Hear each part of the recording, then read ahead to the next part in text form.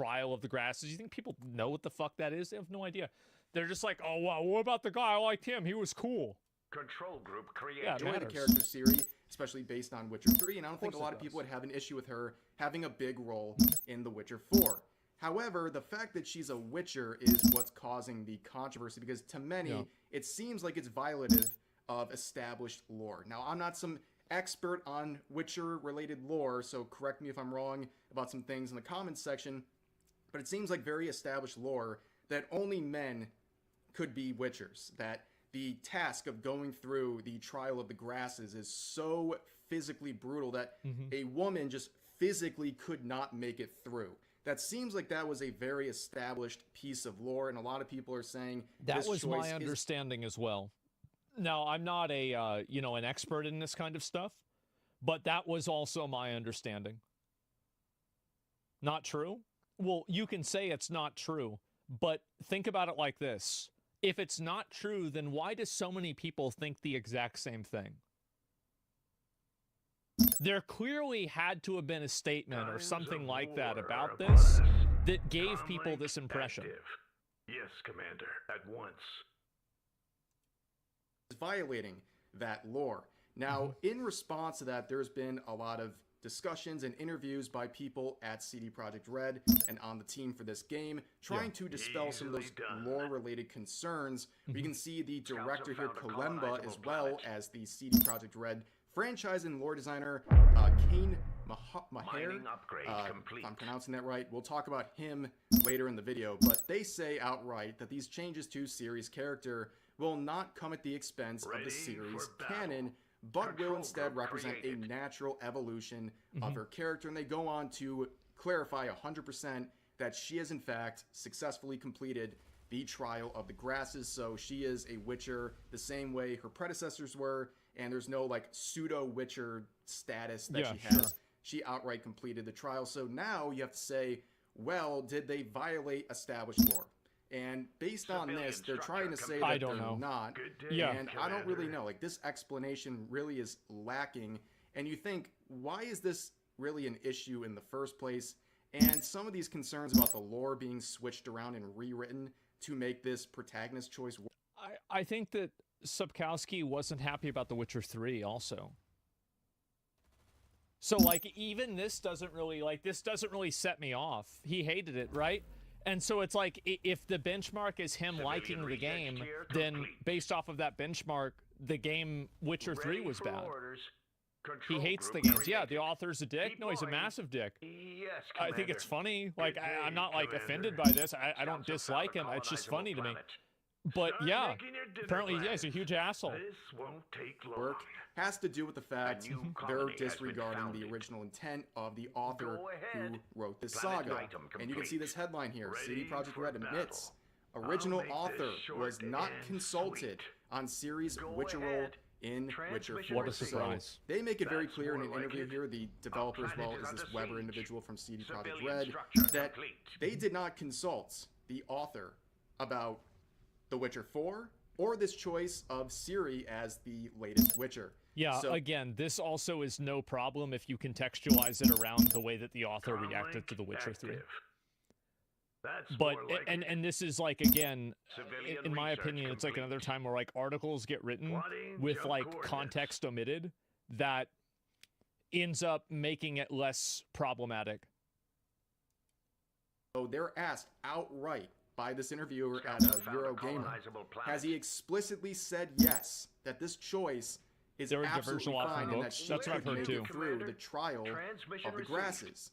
And Weber responds saying, I mean, I can actually give you a very good answer because it's written that Sapkowski usually gives. The answer is in the books, and in the books, Sapkowski called Ciri a Witcher multiple times, and Geralt called Ciri a Witcher in the books too.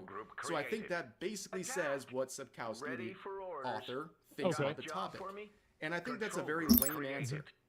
Okay, they're saying, I'm going to use the words of the original author to confirm what we're doing is right, but we also are just making up those words for him. He didn't actually talk to us. We didn't consult with him on the topic, so we're just going to infer what he might have thought about this subject. And I think that's a bit unfair, and I think that is something that is kind of concerning, because it seems like they don't really care about the original intent that much, because if they did, they would definitely consult him about this issue and have an answer ready. They had to know they were going to be pressed about this choice of Ciri as a Witcher. But anyways, I don't agree with this point personally, because a Witcher is a proper noun. It's like a title that means a specific thing inside of the lore. It's not like, for example, you know, there's like terms that are used, like I'm thinking of like an example, like an adjudicator, or you know, bishop, or like actual terms that have operator, officer, like mercenary, like different titles, arbiter. These terms in a lot of cases have like a real life contextual meaning that are then co-opted for a video game, right? Inquisitor, like this means something different based off of, are you looking at Warhammer 40K or are you looking at the Spanish Inquisition? So the difference between that and The Witcher is that The Witcher is not a term that's used in real life in any capacity. It's invented for the books. So because there's no secondary definition of The Witcher that exists in a general speaking language, then it would logically mean that if he's referring to her as a Witcher, he means that in fact she is a Witcher. You see what I'm saying?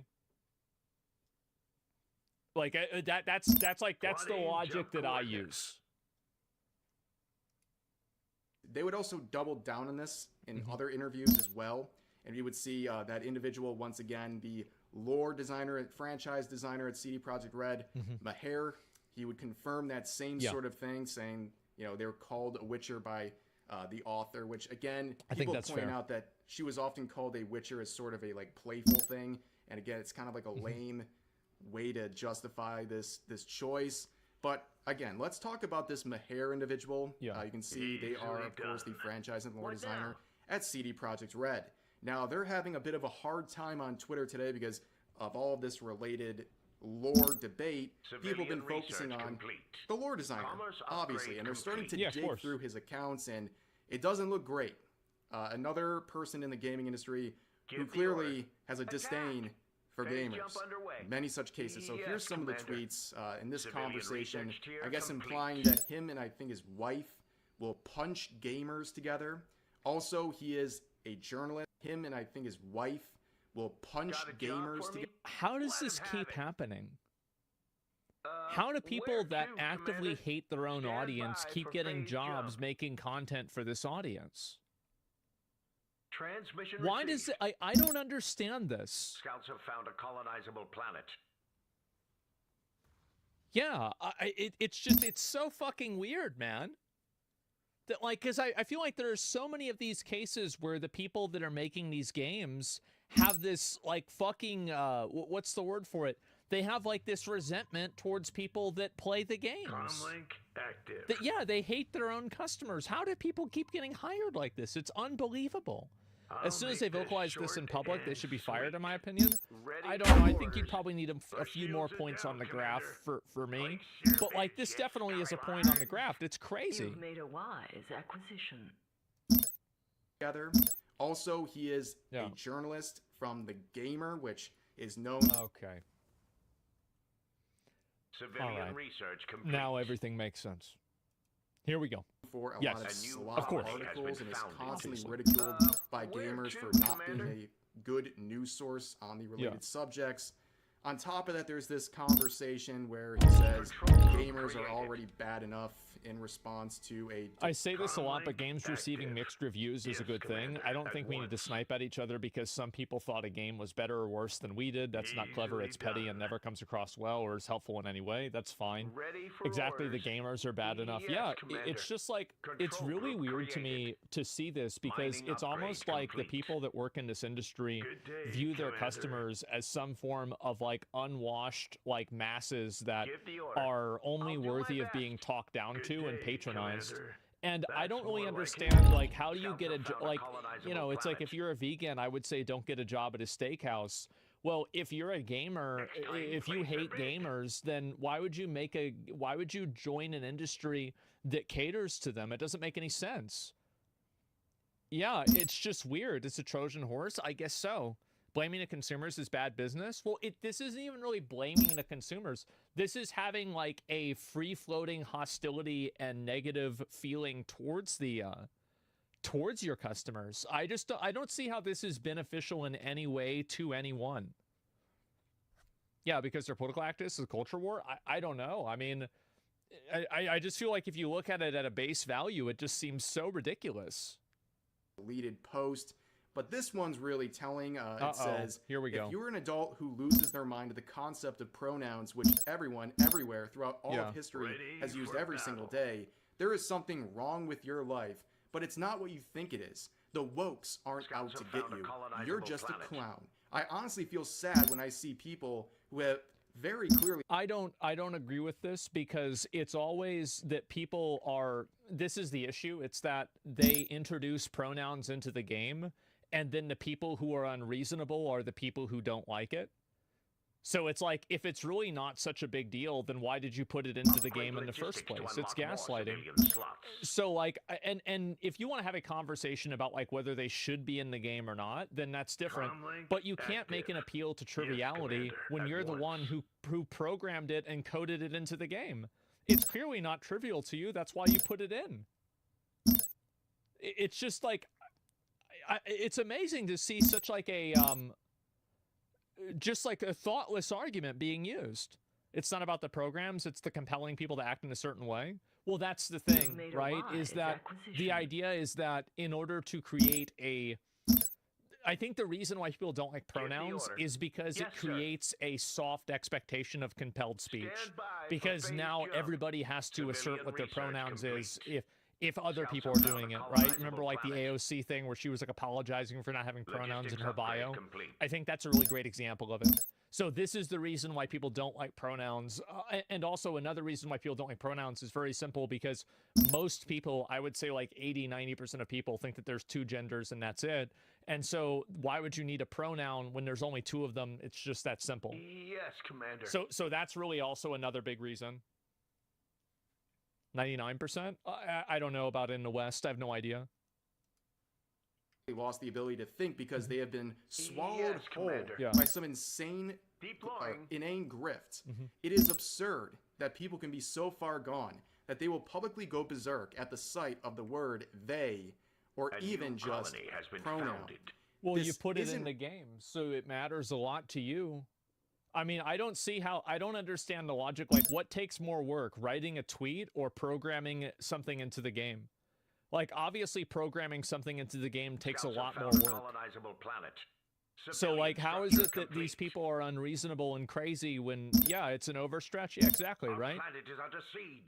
Does your email have he and they? I have no idea. Like, I've never used pronouns in my life. Yes, Commander, the minority opinion's trying to gaslight itself on the majority is trying to force itself on the majority while gaslighting him at the same time. Yeah, I think that crystal is needed. I think that it's a very weird situation. And I think the reason why people don't like pronouns is because it is fundamentally antithetical to observable reality. And I think also it's the passive social compelled speech. Commerce upgrade complete. Really a new or even worthwhile observation, but people online are way too obsessed with other people's lives and choices. Who gives a shit what anyone else is doing once they're content and not harming anyone? Let people be happy and mind your own business. I think that people would probably say that towards the people that are putting pronouns into the game. I think that's the whole point. It's that they never needed to be in the game in the first place, and everything was fine, and now you're putting them in the game, and people don't like that. I think that if you don't like pronouns, like, I would never not play a game because of pronouns, but if you don't want to play a game because of pronouns, you have every right to do that. Yes, sir. And I think the problem that a lot of these people have is that they view the moral position of their argument to be able to supersede people's own, like, their free will. So, like, if you want to do this and you don't want to play a game with pronouns, you have every right to do that. And if enough people don't want to do that, then your game doesn't sell and your company goes out of business. Like, that's it. Civilian research complete. So, yeah, this guy is all about pronouns. Clearly, likes the use of the term they. And again, with the gaming industry right now, this is the type of stuff people don't want to hear about someone in charge of parts of a game, especially the lore of a game that is so anticipated, like The Witcher 4. But there's some other tweets. It seems like they're very angry. They're trying to mock an individual for basically criticizing. And I also think that like the whole thing of like, oh, they're not out to get you is total bullshit. These people very regularly, like, as soon as somebody says something that is not part of their established type of thinking, they always try to cancel them and say bad stuff about them all the time. They'll call somebody racist or sexist or homophobic or whatever, transphobic. Yeah. So no, these people are they're absolutely out to enforce their will and enforce their viewpoint onto other people. Exactly. Yeah, that's it. Ugly character designs. It seems like they don't like people doing that. On top of that, you can see this comment. I don't know what exactly he's referring to. On top of that, let me see here. Actually, human woke mind virus strikes again. Yeah. So you're like making it a personal insult or whatever.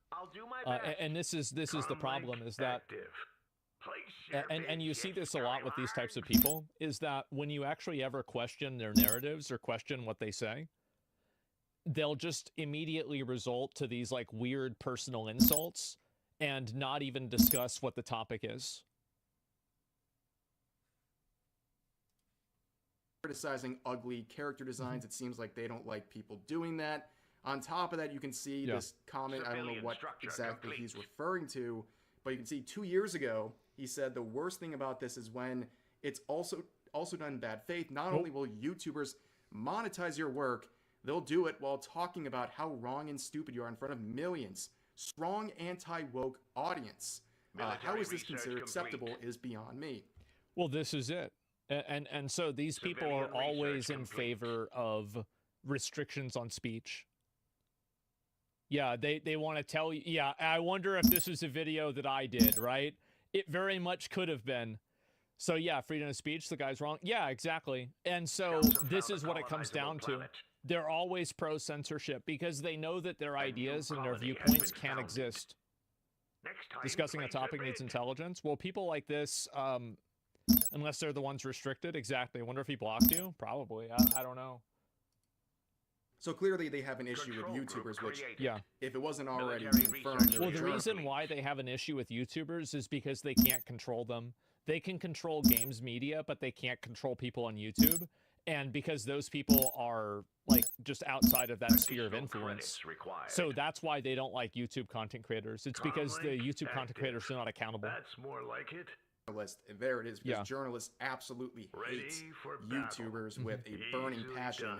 But on top of that, it seems like they have a negative view of YouTubers with a anti-woke audience, which is a lot of channels right now, and it seems like this is not a very good stance to have if you want to not end up the subject of videos criticizing you and the games you're working on, the studio you work at. Well, everybody has a right to have an opinion. And I think this is the issue, is that these people think that you don't have a right to have an opinion. That's really what the problem is.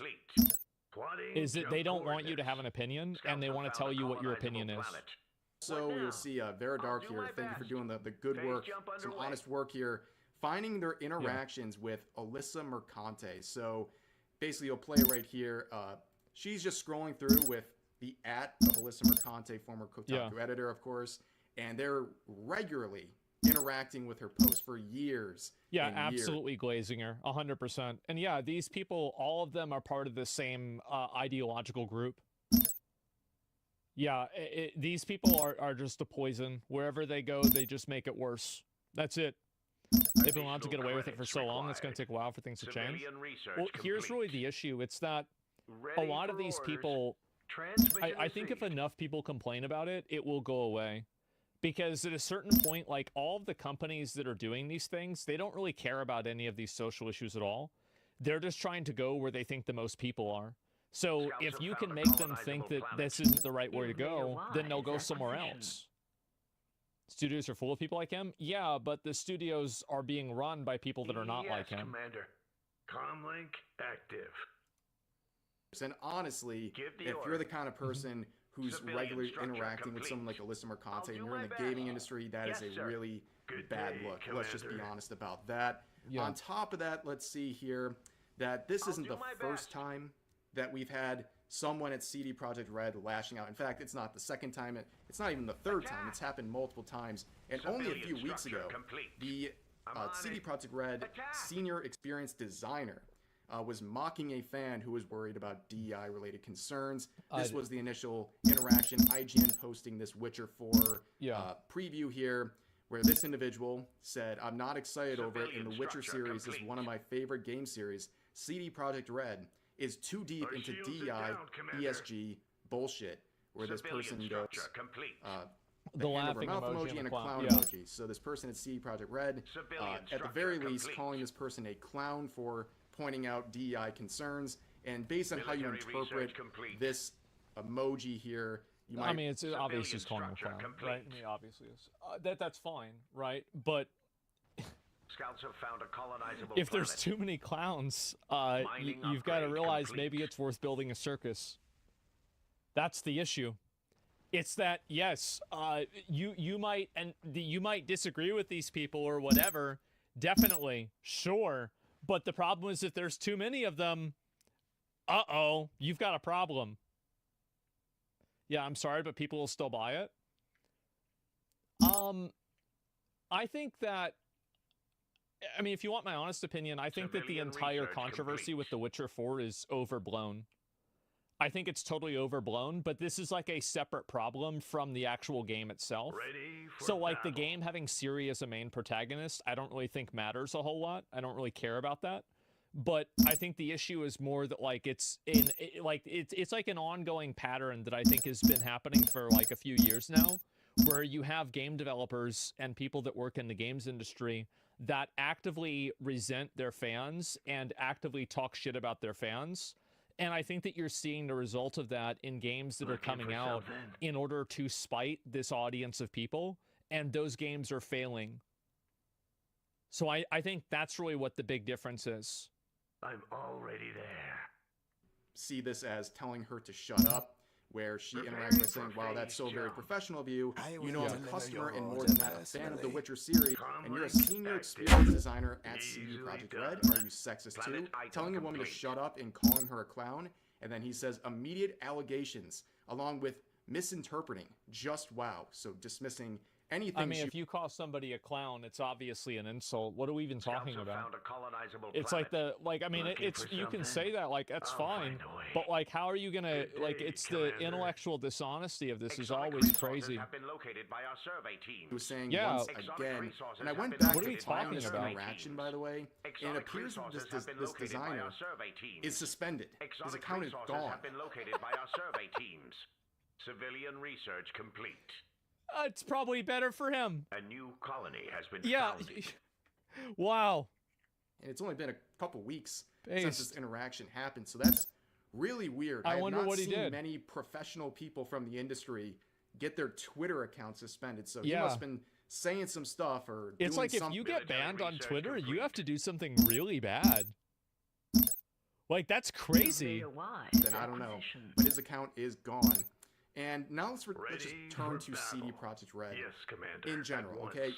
That's So some more people are like asking it. the question, What now? is CD I'll do Projekt my Red best. woke? Oh, I don't know. And the answer I is mean, yes. Like, Ready for battle. no doubt whatsoever. Easily done. They are one of the most Got a job for me? woke gaming I'll do my companies out best. there. They are very open about it. And you could overlook these things if you're producing good games. Commerce But now upgrade when complete. you're slowing things down and people... they've made good games. That's my viewpoint. Cyberpunk is really good and The Witcher 3 is really good. Those are the two recent games they made. So, like, I mean, if you have a good track record like that, I'm ready to take a risk. Scouts have found They a used to. colonizable Yeah, I know, planet. but we don't know if they make good games now until the new game gets made, do we? So, yeah, I'm going to wait. I think that we're counting our chickens before they hatch here, guys. Additional credits required. Comlink active. Yeah, I do. are Give the order. worried about upcoming releases like The Witcher 4, people start paying more and more attention to the DI slop on their website and really just filled throughout their entire company. And this is a strange topic because we covered this about 2 months ago. The CEO actually quote tweeted Endymion, who's a YouTuber. We talked about some of his reports on the gaming industry. And back a couple months in October, he talked to an insider. I wish that more people would do this, by the way. This is why I don't watch a lot of videos about insiders, because I usually think that they're not true. Self-destruct initiated. And like, I feel like I've seen these things play out enough times to where, like, I don't believe any of that stuff. Give the order. Who revealed that the CD Projekt Red environment, their work environment, is just riddled with DEI. It's like, you can't escape it over there. Yeah. And the CEO, Michael Nowakowski, felt so pressed by this claim. He made this tweet basically denouncing everything that... I totally support him making this tweet. I think this is a good thing.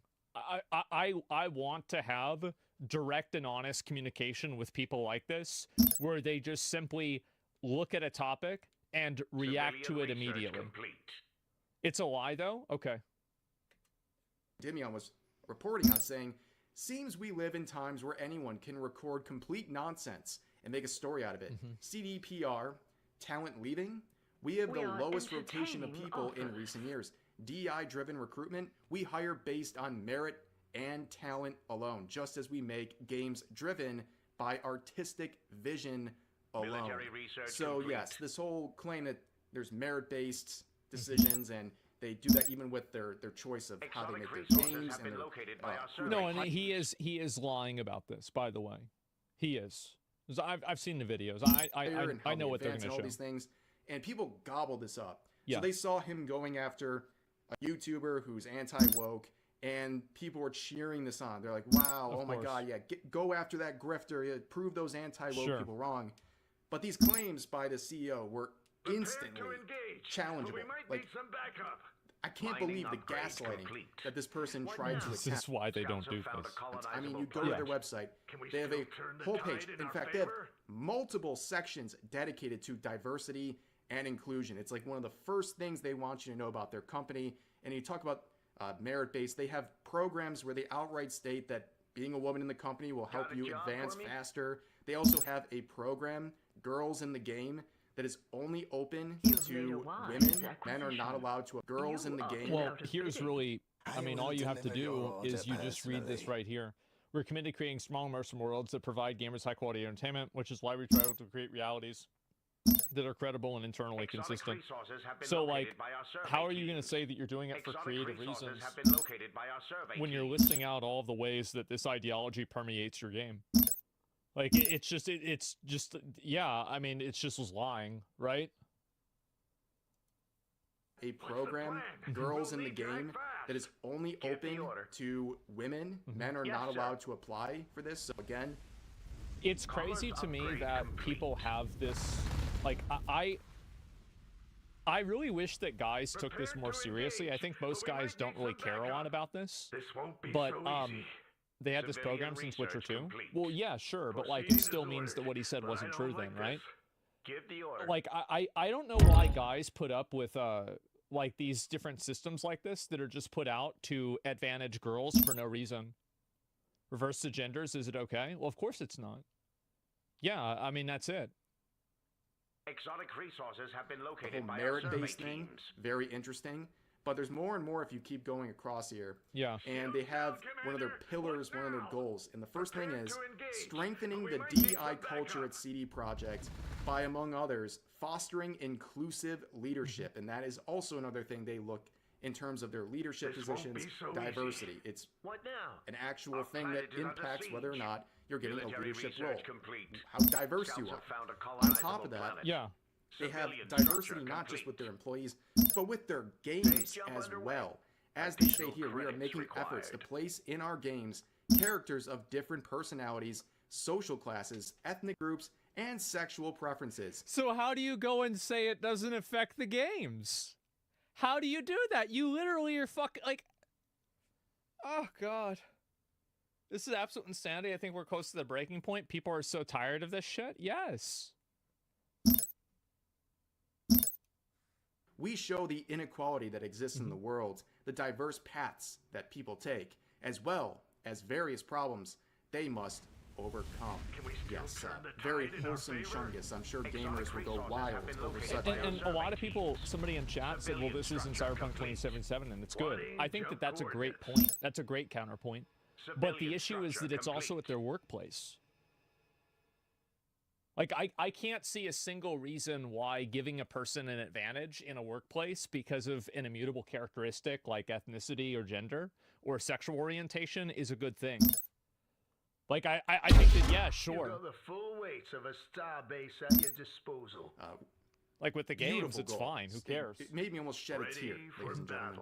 But Yes, anyways, Commander, it gets so crazy with them. They literally won an award for DEI. They won a DEI award because they're that entrenched in this stuff. But the CEO told you none of this is happening right Are you kidding your me? face. Yes, CD Projekt Red is woke.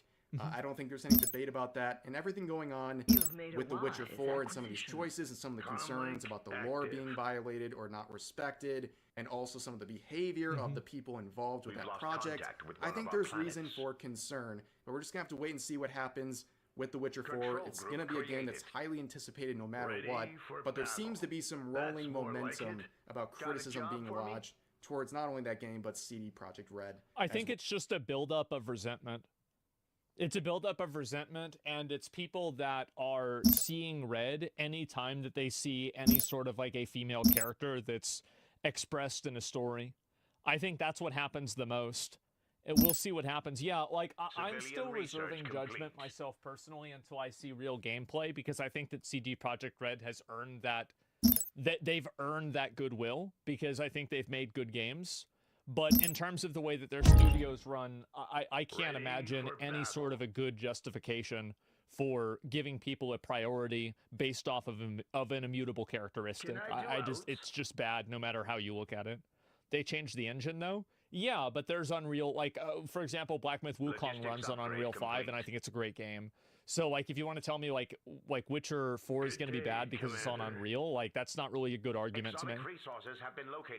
But for now, that's going to do it for this video. As always, feel free to leave your thoughts in the comment section down below. Hope you guys enjoyed the video, and I'll see you next time. Yeah, I think that really, as I said, I'm still willing to give them the benefit of the doubt. And I'm still willing to, like, say, you know what, it doesn't matter. It'll be fine. We'll wait and we'll see what happens. I think that's what I'm still going to do. I'll be real. Like, I'm still not going to go out on a limb and say the game is going to be bad yet. Excuse me. And CD Projekt was already like that, always trying to be holier than the Pope. If the current cultural narrative was different, they would switch instantly. Well, that's the way with every company, right? It's nothing really special with them at all. So yeah, I'll wait for your sponsored stream and save the money. Well, I don't know if I feel like after all the stuff that I say, I'm probably not going to get a sponsor from these guys. I wouldn't expect that to happen. Now, maybe, who knows? But I just don't really think so. And are you aware of many from the Witcher 3 developer team and Cyberpunk team left? You're right. But, I mean, again, I think that the studio has earned my goodwill, and I will give them the benefit of the doubt. Like, it costs me nothing. Like, I don't need to get upset. I'll link you guys a video, give it a like. This is a... Like, I think that the big problem is that you have a massive contingency of people that are making video games that actively hate their core audience. And you can say that, oh, well, these games are just, it's just a small minority of people. I think that is the biggest fucking cope that you can possibly have. If you think that putting in a non-binary character or something like that is going to go over better with the average Walmart American, are you fucking crazy? Are you insane? Absolutely. Who the fuck thought that? So if you're relying on like some kind of like this like mainstream wide audience that's not going to care about this stuff, didn't those people just elect Trump? What are you talking about? That's not even true. Like, Yes, really, you live in a fucking Civilian bubble. Yes, research complete. it's even more unpopular on the internet, or sorry, in real life. At Walmart America, it is. And we make dog shit food. I don't eat it. I'm not touching Witcher 4, especially more due to the blatant lack of respect to the source material. So fuck them.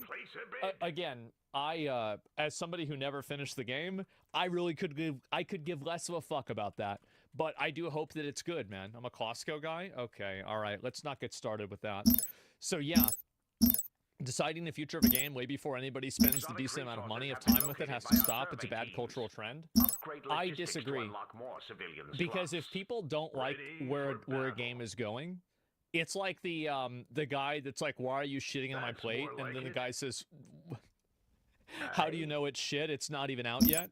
I feel like that's kind of, that's probably a really good example of that for me. And I feel like this is the way I would see it. If people don't like the way that the content is in a game, I think letting the developer know is always a good idea. And of course, people are going to make up their mind immediately because that's what they're going to see. It's more about changing the main character. People would complain if they made God of War 5 and made you play with Atreus only. That's a really great point. I think that you're right. And I think it's actually just that simple for a lot of people. They don't like gamers. Sounds like they don't like money. Yeah. These video game companies really need to stop hiring people that actively hate their target audience, because these people will poison games and include things that alienate people that will buy the games. I don't know why this keeps happening. And I feel like this is definitely on the downswing and it's going away. The ESG funding has run out eventually. Well, it already has. That's why a lot of these companies are abandoning this type of thinking. So yeah. And why do modern game devs hate gamers so much? The reason why modern game devs hate gamers is because they view gamers as being culturally regressive, and they think that gamers are trying to hold on to a worldview that is antiquated and out of date. So they think that gamers, and they also think that they're losers, like just straight up. They think, you know, people like this Rev or me, like whatever, like just gamers that care about this are losers. And so it's basically a combination of disagreeing politically, thinking that these people are of a lower social class, and then also having a moral mandate to think and do what you want to them. So, like, those are the reasons why. I mean, I disagree with them. I think they're stupid. But, like, if you want the example and, like, what the explanation is, there's the explanation right there. So yeah, don't forget the gaslighting. Yeah, but the gaslighting is an outcome. Here's the thing. The gaslighting is an outcome of, what do you call it? The lack of respect and thinking that they're above you. Right, that's it. Control group created. Easily done. Civilian structure complete. You've made a wise Marvel Rivals is doing really well. I'm kind of surprised about this, but let's look at how many people are still playing the game here.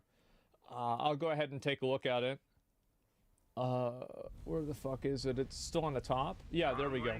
Marvel Rivals, 357,000 people playing the game. That is a lot of fucking people. And I think it's going to continue to keep a pretty good audience for a while. Now, is it going to be forever? Probably not. Like, I have a lot of, you know, uncertainty about the longevity of the game, but it sure seems like people like it right now.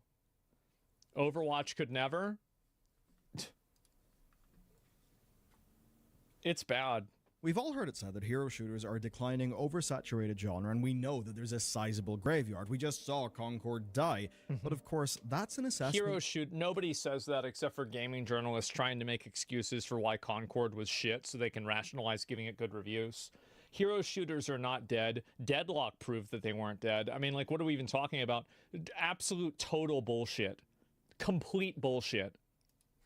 That does not gel with Marvel Rivals' absolutely gigantic success. Who said turn-based was dead? The Baldur's Gate 3. Everybody has been mocking publishers over hero shooters and generally just mocking a lot of live service titles. Yeah. Marvel Rivals is absolutely thriving, and that is not an overstatement. Yeah, it got 10 million players in its first 72 hours, and by now, it's actually hit 20 million. This is so much activity that Steam's backend even struggled, and for some developers, it broke. They were not able to access the Steam backend to update their stuff. And this was all timed with Marvel Rivals absolutely ramming Valve servers. And of course, their servers were getting rammed by both Tencent and NetEase because at the same time, Path of Exile 2 did happen to be doing quite well. So much so that together, Steam actually hit a new concurrency record of 39.2 million users. At the same... What the fuck? That is insane. Online at once. Oh my god, which is crazy. But that's not what's truly noteworthy to me. Yeah, a free-to-play game exploding and then just falling to pieces, or people quickly running away, a flash in the pan, that is not a surprise. It's actually what we tend to expect. And on the internet, when people tell you something is shocking, it's often hyperbole. Here, no, this is a shocking chart. This is the retention that we are seeing with Marvel Rivals, and this is genuinely impressive. It has essentially maintained its launch peak for an entire fortnight. This is a vanishingly rare achievement. It is absolutely stunning. The daily lows for this game are resting at 180k. And, well, they're good, the highs are good and regular, and I kind of remember the words of our erstwhile Prime Minister Theresa May, strong and stable. It's rare for a new game. I think that it's doing really well. My concern is that I think that with games like that, once people lose interest in them, then people are kind of totally out of it and they don't care anymore. And that's what my concern with that would be like, after Marvel Rivals has been out for a while, then like what's going to happen after that? To be that strong and stable. And if you're Blizzard, you're absolutely going to be feeling a sting. So much so, you definitely need to check out today's sponsor, Gorboot.dev. They're a long-time channel supporter, and they actually just got better. So what they do, right, is they teach you back-end development using Python. What is this, Play Rivals? It's pretty solid. I might try it tomorrow, actually. And go. They're structured I'm thinking about trying the game out. They're made by fellow viewers of this channel, and what's really nice is their clean, fresh, new UI.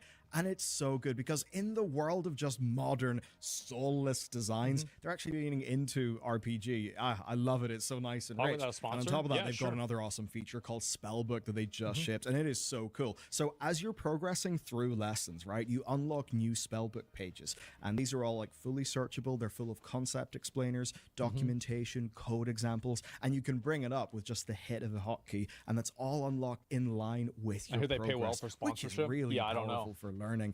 And that's really what I love about Boot. It's designed as an overall experience and not just a product. And when you're learning, I think that's just so important. Now, their learning pathway is substantial. You start from, of course, the basics, like your Python fundamentals, learning the likes of, say, Lua, then through to really cool example projects like a server client, Pokedex, through to a whole module. I don't even know what the characters do, honestly. I have no idea. Actual practical advice and bonus deeper learning modules as well. It's really cool. Did someone at Blizzard tweet about calling the Marvel game an Overwatch-like? Yeah, I guess so.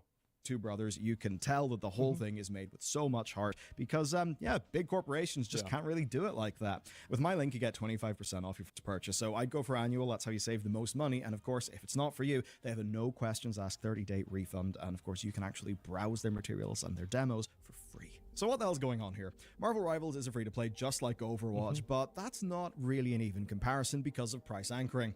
Overwatch 1 was a paid game, and it was far less of a playable storefront than Overwatch 2 has ended up being, and that's what made Overwatch 2 sting. Of course, contrasted with all of the cool stuff that we were shown at BlizzCon. Oh yeah, those are all the things that didn't happen. With Rivals, well, it just has audience expectations being met. Everybody knows what to expect.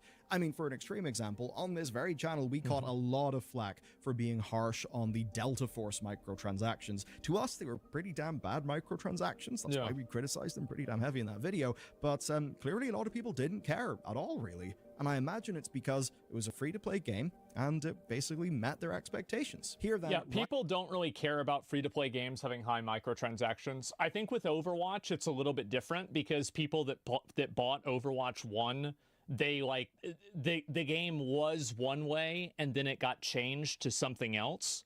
I think that's the reason why people kind of got frustrated with it.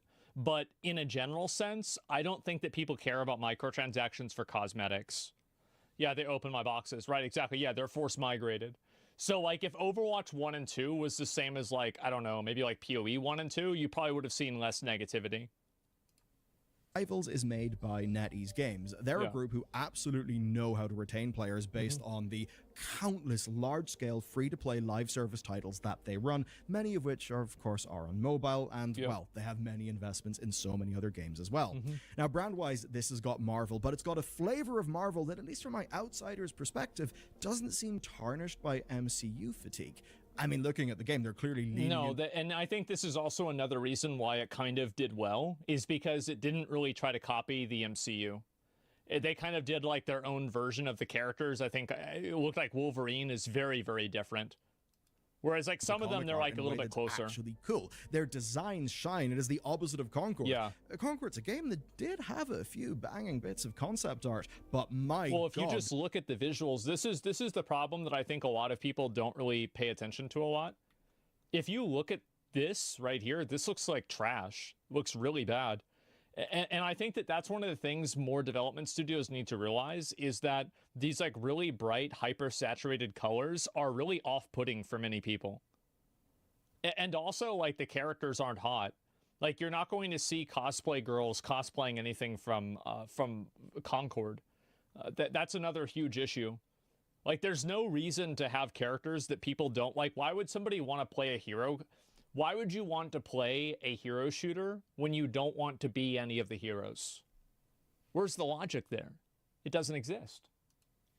Art, but my God, there are not even words to describe how badly that all translated into Sony Photoreal 3D. It just didn't work. But Marvel Rivals has another strength. It is not wholly original, and you may think that's me just absolutely launching it into an attack, but look, it is it is. Like, Marvel Rivals absolutely has a huge advantage because it capitalizes on existing characters and IPs that people are aware of.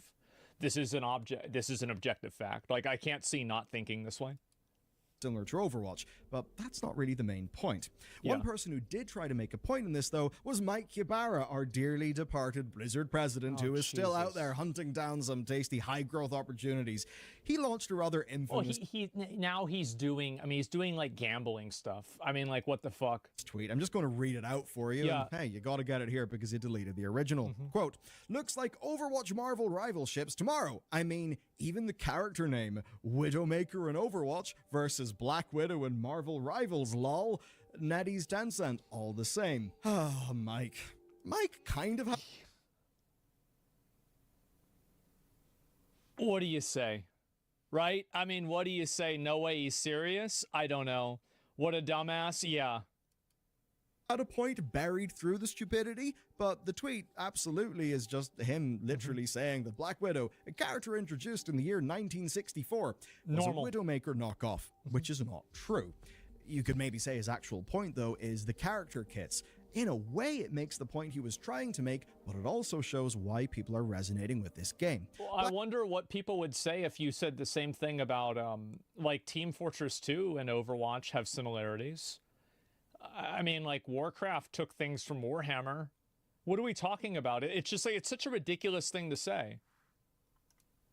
Black Widow has got Everybody a rifle, copies. It's got a scoped mode that does more damage, she's got a grappling hook. So yeah, she will totally appeal to Widowmaker mains. But take a look at gameplay footage they have added to the kit. You've got a knockback kick, you've got a melee baton plus charged plasma round, and it does come together to actually play differently. Now, I get why Ybarra tweeted, but the gameplay here is different, especially with its close-range third-person brawl. I bet another reason why this game might be popular is because you can actually kill players in this game, it seems. Because in Overwatch, I don't know about you guys, but like playing the game sometimes, it's like you're beating your head against a wall and nobody's dying and nothing's happening.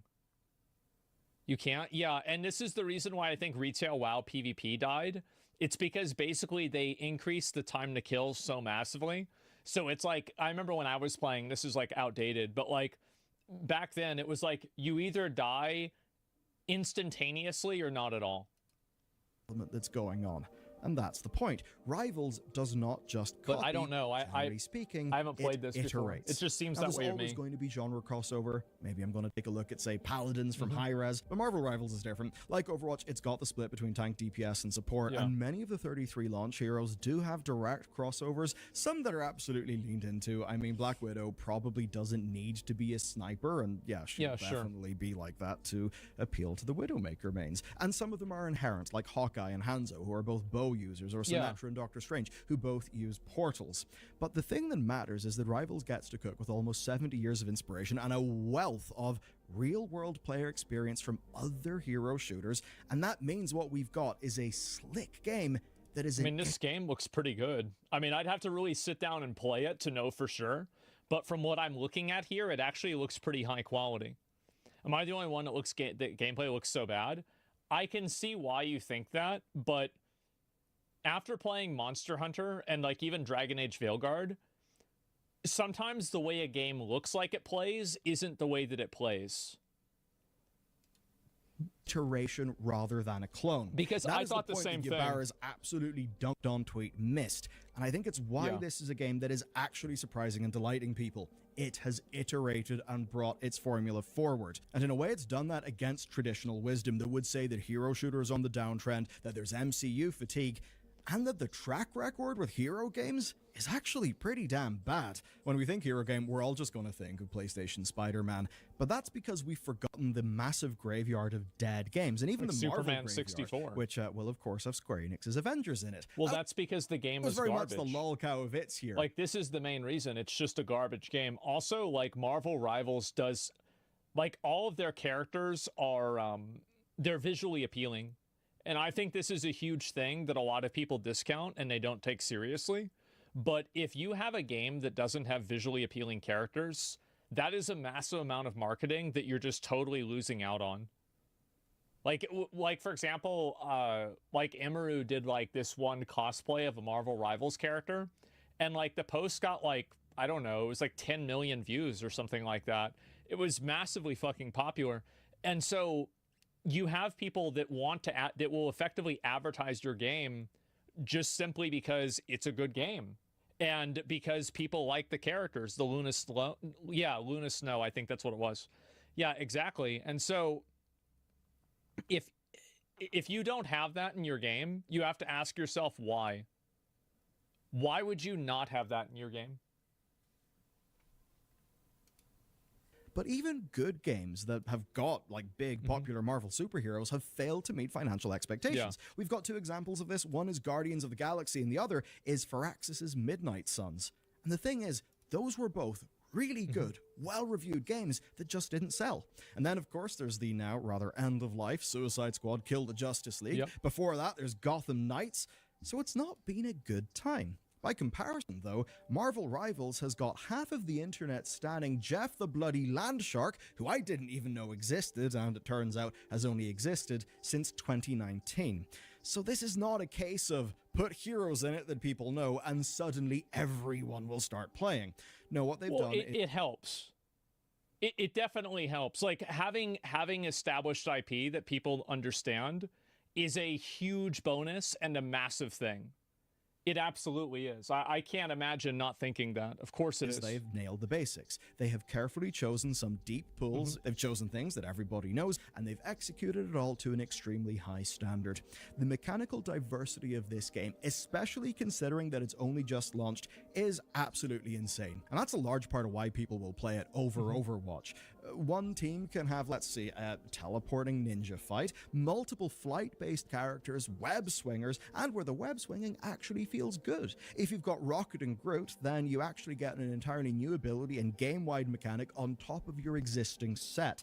And to quote from the game's director, the awesomely named Thaddeus Sasser, well, he basically said this: I don't know about you, but when I heard the concept of the game, I was like, oh my god, I want to be Storm in a game. I want to be Doctor Strange in a game. I want these heroes in the game. That sounds awesome. And of course, my mind immediately leapt to all the cool possibilities you could have with that. And I think that's one of the reasons why the game's popular. It definitely capitalizes on people's nostalgia and like understanding of the existing characters. And I think that it also provides like a foundation to like okay, well, if you're doing Doctor Strange, you're probably going to have things like portals and like time mechanics, like reversing time to heal yourself, something like that. So yeah, of course, like Hawkeye's going to have a bow. Okay, it's going to be kind of like Hanzo. Yeah, of course that stuff matters. Seems like a very trite I mean, thing. it makes perfect Of sense, course really. He's the director for the game. And it's absolutely not a fair one-to-one comparison, but do you know what appears in my head? Suicide Squad Kill the Justice League, where the first reaction from most people when they watched that E3 trailer was, oh, this looks like a generic third-person shooter. Why are we just doing shoot-bang with guns? This doesn't really feel like Heroes. Yeah. Which, obviously, broad market perception, what consumers thought, was not enough to get that game any cut through. Well, look, that's enough lavishing this game with praise. Well, the game didn't look good. That was the problem. Like, Marvel Rivals looks good and the characters are appealing. Suicide Squad, they don't. Like, it's such a simple concept, and it's weird that so many people struggle with it, too. It's amazing. Back to business, How? especially because there's a statistic that puts this whole thing in context. Matt Piscatella's got 2 decades of industry analysis experience. He's the executive director of Circana. They're a long-time analytics firm. They are not small. You actually may know one of the companies they just acquired. Nielsen, as in Nielsen of television ratings fame. So they're a big fish with massive corporate clients. Literally, their stock in trade is actually having good analytics. And what's great is Matt shares loads of games data in public. Wow. This chart shows the percentage of weekly actives by game title. And better than anything, this shows just how winner takes all this industry is. Well, because the reason why it's winner take all, it's because people want to play the game that everybody is playing. It's really simple. Like in any competitive game, people want to play a popular competitive game because it means that their skill will be respected and appreciated by more people.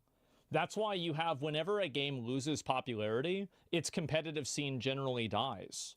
Because as soon as that happens, well, it's like, okay, well, why do I want to be good at this game? Nobody is going to watch me or care about me being good at this game. And there's queue times as well. You know, you're right. There's other components to it, but I think this is one of the biggest reasons. Absolutely it is. The top 5 games hold 75% of audiences, like just by player numbers. And if you're an indie, in a way, that's okay because you're fighting for the 25% of the audience, not the big 75%. You don't need that insane level of scale to be successful. But if you are a major AAA live service, you need to make a dent in that 75%. Yeah. You need to fight with those games that are taking so many people in an absolute winner-takes-all industry. And of course, it's failing to do that leads to the likes of, say, X-Defiant going under the way that it did. And another big problem is, like, a lot of games have a really bad first impression. Like, Suicide Squad had a really bad first impression.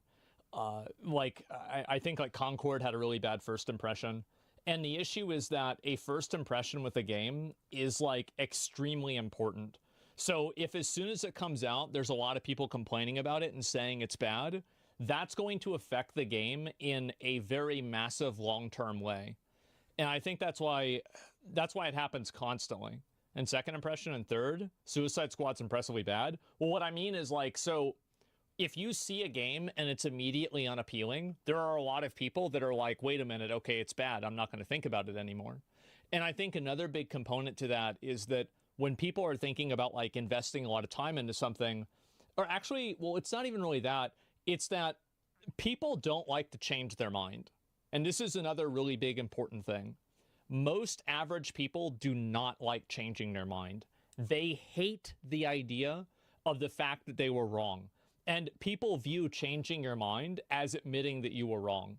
So as soon as they decide that a game is bad and it sucks and it doesn't look good, then they're never going to play it, because playing it after that would be admitting that they're wrong. And I know it sounds stupid, but that's the way I think people think. First impressions are big, yeah. Like D4 bad, yeah. Biggest falling off of society. It's not society. This is human. It's base human behavior. Yeah, you lose credit for admitting fault, then you never had any to begin with. Oh, if you lose credit for admitting fault, this isn't even credit. It's not thinking about, like, it's just people don't want to admit that they're wrong. It's not complicated, is it? I feel like it's pretty simple. Concord immediately dying because there was no real universe where it was going to get itself to where it needed to be. Yeah. And it's in that context that Rivals is actually impressive, because in a winner-takes-all industry, it has managed to get cut through. And this is what their director had to say. It's pretty wise. there's a switching cost. I've already invested in Overwatch. I've got 15 skins for Pharah. Yeah. I'm not going anywhere. I think the trick is you need to have that reason that people want to come and play your game, and I think Marvel Rivals does that exactly with the superhero. And there's also another reason, and it's the opposite. When you're going into Overwatch, you're competing against people that have maybe played Widowmaker for 7 years. You're competing against people that have played Soldier 76 for 5 years. And the skill gap is so big there, and people are so good at the game that a lot of people look forward to new games that play well, because those new games are a chance that it's on a clean slate and everybody is beginning and learning at the same time. Because, like, over time, the skill gap in the game gets bigger and bigger and bigger. Like, people in Vanilla WoW were worse at the game than people in Burning Crusade, and they were worse than people in Wrath of the Lich King. And this is the same with League of Legends. If you probably go watch League gameplay from 2013, it's not going to be anywhere near the universe that it is now. So what happens is that the skill gap gets so big, and a new game gives everybody an even playing field, and that's why people want to play it as well. It's a huge component. It happened to Fortnite so bad, it did. Like, that's why Fortnite introduced no build. It's because the skill gap for Fortnite was so big that an average player could not keep up with it at all. You play with who's in your rank? Yeah, but it's demoralizing to know that people are that much better than you. And I think that it gives people, like, they don't want to get into it because they feel like they're at such a massive disadvantage because they haven't played for so long and other people have. I think it's psychological. Basically the big point. Nailing fantasy and using the comics as an excuse to go extremely hard on designs and to make those designs fundamentally appealing. That has worked. Look, I'm not trying to be cruel to Concord on purpose, but just look at the skin variants. Look at what they look like. Well, they're ugly and disgusting. Nobody wants to be these characters, so of course nobody wants to play a game where you play as the characters. It's not complicated. Oh, look at the things that you can buy within this game. So, Mr. Herman Hulst of PlayStation, if you're confused about why Concord, which you reportedly were really bullish about, if you're kind of confused why it didn't really work out, this is a really good example. But even with all that good, there are two things to discuss. Number one, business model. It's coming under some critique, and for strange ways, because it does seem a little bit poorly thought out. But also that this game is actually walking a very similar path to Overwatch, and they are going to have to be careful and make sure that they do not step into all of the rakes that, of course, Blizzard stepped into. I think that they will. I feel like a game like Marvel Rivals will be popular, be really popular for a while, and then people will kind of lose interest in it, the same as anything else. Like, that's fine. But, like, hopefully it'll be fun for 6 months, right? Give it 3 years? Yeah, exactly.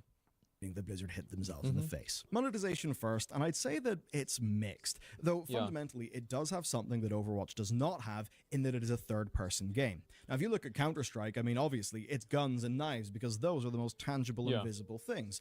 But with, say, League of Legends, which has now got hyper-expensive skins that can cost hundreds of dollars, that's third person. You can see your character. It's almost as if regularly seeing the thing that you're expected to buy kind of matters. Yeah, I think that's probably one of the reasons. Yeah, of course, because like, if you can see people, duh. And has got the standard suite. It's got a battle pass, it's got cosmetic bundles, but where things get a little bit dementia-inducing is, of course, currencies is one of those. So all those things I mentioned are purchased using units, and you can get units through battle it's a free-to-play game made by NetEase. It's gonna have fucking stupid monetization. Like, every annoying type of monetization it's gonna have outside of pay-to-win, it probably has it, right? Like, I would just easily assume that, for sure. Progression, challenges, events, of course. And something that NetEase knows very well indeed, promo codes. So you may not know this if you don't play them, but promo codes are a massive part of the gacha game world and culture. Basically, gacha game players are not stupid. They know that it is a crazy gambling hellscape, but the peace is kept because the gacha companies generally deliver a shitload of content, and they're often quite generous when it comes to things like promo codes, especially in major holidays. This is true. Yeah, I think actually this is a really good point. Yeah, is that games have a lot of giveaways and like a lot of freebies, and that also gets people to log in again because like they don't want to miss out on it. It's like an advertisement. So their inclusion here is a smart leg up on the Western competition. It means if they just want to hit the engagement lever, they can do that. Now, what's odd then is the premium currency, which is called Lattice. It's $1 per 100, it's purchasable in discounted bundles, which all seems completely normal. But what's strange is it's used in only one way, converting all of your lattice into units at a 1-to-1 ratio, which does feel really quite overcomplicated. Then, of course, like Fortnite, there is a currency that you use within the Battle Pass to unlock things. Now, I have noticed pricing is raising some eyebrows. I mean, yes, things are extremely expensive in free-to-play games. You're basically looking at bundles costing $20 worth of units or $35 worth of units if it is an MCU thing. And of course, to explain Jesus. Okay, yeah, I mean, I feel like for a free game, if you're complaining about cosmetic prices in a free game, like, what the fuck are you doing? Really? Like, what are we doing here? We're gonna complain about cosmetics in a free fucking game. MCU thing, well, obviously, the mouse has got to get its cut. But there is one thing where I actually think we've seen good movement here. The Marvel Rivals Battle Passes do not expire, just like Halo Infinite and just like Helldivers 2. This is one of the things that I have been hammering on about for quite a while now in the industry. Yeah, there's no advantage to a user that Battle Passes expire. It's purely consumer unfriendly, and it's consumer hostile even. Because they're taking your money and your rewards and they're deleting them unless you play the game at some sort of like accelerated rate above what you would normally do. I think that expiring battle passes, say in Overwatch 2 and so many other games, are basically tantamount to FOMO exploiting pseudo theft. I mean, the idea that you could buy one of these things and then it'll just go kaput, and that they actually weaponize FOMO to sell you progression through the thing that you already bought. Because whenever you buy a battle pass, yeah, you might intend to finish out the thing, but life can get in the way. If that's the thing that's so weird about it, is like, sometimes people have real life situations that make them not able to play a video game and complete a battle pass. Why should they be excluded from rewards for that? It's just so silly. Doesn't make any, like, what are we talking about here? Happens in this video game, you're still going to have your battle pass. You will not have been screwed. But you're given that choice to make a buy. Oh, well, like you're saying, like, people still choose to buy it. Oh yeah, no, I'm not saying that they shouldn't be allowed to do it. I'm saying that it's just a bad practice. It's that simple. Blizzard will happily screw you in all of their games with the way that they do their battle passes. So this is absolutely a good move, and I hope that a real major game that is doing numbers like this, implementing this type of battle pass, actually gets rewarded, because this is what needs to be the norm. So overall, it's mostly standard, a little bit of a mixed bag, but they have made a major piece of progress. The next thing to talk about then is the challenge of running a game like this, because already they are seeing cries and demands from players for the sorts of features that some people in Overwatch loved and others didn't. Launch Overwatch 1 was a blast. It was an often busted blast. This is always what happens, is that they the problem is that if you overbalance the game, you end up making it not fun for people. But it's like a very delicate balance between like doing it too much and then not enough. It's bad 100%, but the content's saved, the game will grow massive. I could see, like, my concern with Marvel Rivals is that I could easily see in 6 months it having like a maybe 20 to 50k player base and then pretty much declining from there. Like, that's kind of what I think is going to happen. It's going to be a popular game for a while, but there are a lot of games, the biggest struggle isn't the release, it's the maintenance. That's really where it's where like the real challenge is. Like, where's it going to be 6 months from now? It's Marvel MOBA? Yeah, no, we'll see what happens, right? Any of us experienced that with the Classic event. Now, with top-down pressure to focus in the Overwatch League and an internal desire to actually make Overwatch 2 PvE instead, so that they could have a stepping stone to something that would approximate Project Titan, the failed MMO, it's safe to say that Overwatch struggled with direction just a little bit. That still is playing out today, where Overwatch has basically morphed into its PvP self, and if you had hopes for anything else, well, man, that just sucks. Now, Rivals is a bit like launch Overwatch. Some shit is completely busted, and it's a bloody good time that's thrilling players, but it does mean they're seeing similar pressures. A lot of people want some Because every single day that the game is unbalanced, more people start playing meta builds and meta things. And that's what I've seen happen with a lot of people, is that you just have the metas build up more and more and more until the meta is just completely definitive. And like everybody plays this all the time. And like in competitive games, you have like added pressure. Because in a single player game, like Path of Exile maybe, or like Elden Ring, there are still meta builds, but the meta isn't as punishing because you don't have peer pressure to play the meta. But with a competitive game, you do. Of roll log. They will also want some form of roll queue. How are they going to deal with this? And I say that because we've typically seen live service shooters through a ranked progress first esports focused lens, something I see a lot of pushback to in comments of our videos. So navigating that is going to be a challenge here, especially because they have got such a broad audience. An audience that, in terms of its dynamics, I would say is far closer to the Overwatch 1 ginormous audience than the far smaller and I suppose more clearly competitive PvP focused Overwatch 2 audience. Now, where Overwatch was torn between multiple directions, it's clear that things are going to be a little bit different here because this game is launching the way that it was intended. It's got 3-month seasons, multiple maps and heroes a season. That's the way that the thing is set up. They also get to have obvious marketing around films, major comic things, games, but right now, its real strength is a distinct lack of a calcified ranked PvP focused culture, which is what's set in Overwatch 2. Where of course, this is what happens with every game like this, is that it just gets too competitive and then casual players quit. That's what I think I would be worried about the most. Like, it's too hard at, like, Dr. Zero, why don't you play the way I want? Yeah, exactly, right? It's like, that stuff happens, and then people just lose interest because they can't keep up with the meta. Overwatch 2 is even worse since you can change champions mid-round, so certain heroes work better in different spots on the map. Yeah, definitely.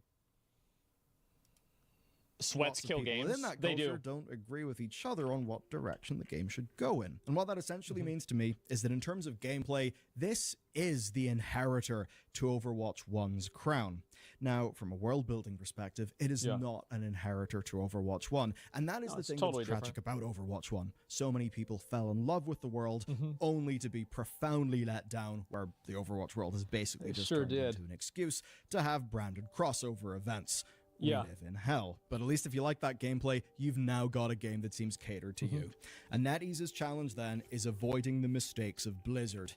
On balance, I actually think they will largely succeed in this one, but only are they going to be able to succeed or not? I think that it depends. I don't know. I mean, as I said, I don't think that a game like this is going to have a long lifespan, but I think also people need to be more accepting of playing a game for a while and then not playing it anymore. Because I feel like nowadays what ends up happening is because people get so fixated on constantly and like wanting to invest all of their time and energy into like one specific game. And in doing so, I think it just, I mean, I would say I think it just kind of burns people out, and people want one game to be everything that it could possibly be. Yeah, just move on. Yeah, exactly, right? Like, yeah, the game's going to be popular and fun for a while, and then when it's not, then stop playing it. I feel like people try to make too much of an investment into video games. Time will tell. And if you want to check out another pretty hot bit of news, this video next. Yep, kind of like Minecraft. Well, it's like WoW, where like people want WoW to be like their game that they can play for 10 hours a day every single day and not run out of things to do. And they want it to be like, this is the term, right, is a forever game. Like, okay, I'm going to log on to this game and play it all the time, constantly, and that's going to be my focus. We've been trained to want that? Yeah, I think that's in some cases generally true, yeah. Even Sunraku doesn't only play Shangri-La Frontier. Yeah, true. That's a good point. You underestimate the people only play one game? Well, I do, but the issue is that if you cater to those people, you end up doing what Blizzard did with WoW, where you introduce like endless RNG loot systems, endless farms, endless gameplay. Because if you want to make somebody play the game all the time, you have to create content that makes it unfun to play the game some of the time.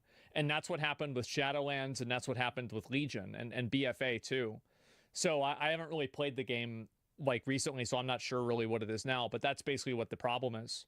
You sure? Yeah, I am. I think that's really the reason, because people want to feel like they're getting effort out of their time.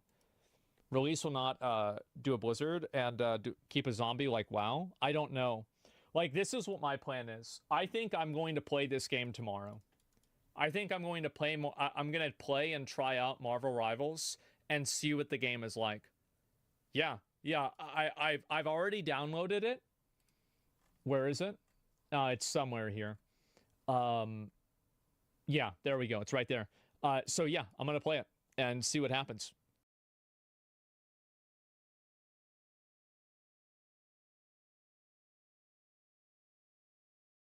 Fucking annoying. Like, you're asking Blizzard to bully somebody into taking down a tweet that's bad about... Get the fuck out of here. What kind of pussy shit is that?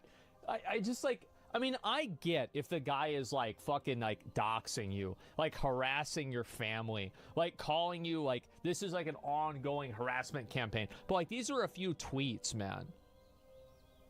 There's nothing like that, especially bragging about that, bro. This to the community manager what he's been doing. So instead of the community manager to say something like, okay, we would need to solve this, instead she said that I should contact Twitch about this. I started telling him weeks ago to stop. Instead, he showed it on his stream, mocking me, trash telling his viewers that he blocked me and made me remove my posts on today's stream. What would you do if you were me? If I would be you, most likely I will report to Twitch. Well, it's also, like, the problem is that he's not showing any evidence, right? Like, for example, like the Mr. GM thing, they can clearly say, hey, you made this tweet that's negative about Mr. GM, delete the tweet, because they can see the tweet. But, like, him saying, oh, Mr. GM said this. Well, where's the evidence of that? Where's the evidence? Like, because it's one thing if, like, because there's no link to a clip, there's nothing about it or anything like that. So, like, no receipts equals no crime. And so, like, yeah, so how could Blizzard possibly... So they would have to take his word for it and then get mad at Mr. GM over something they don't even know is true. So it's like, I don't blame Blizzard for not wanting to... This is why you should never get involved in this shit, by the way. This is a squabble between two content creators. Blizzard shouldn't have anything to do with this. So when I insulted him, I had to take it down directly. When he insulted me back, I should contact Twitch about it. Because there's no evidence of him doing it. It has nothing to do with it. I bet if, and maybe not, but I think, like, let's talk about a theoretical.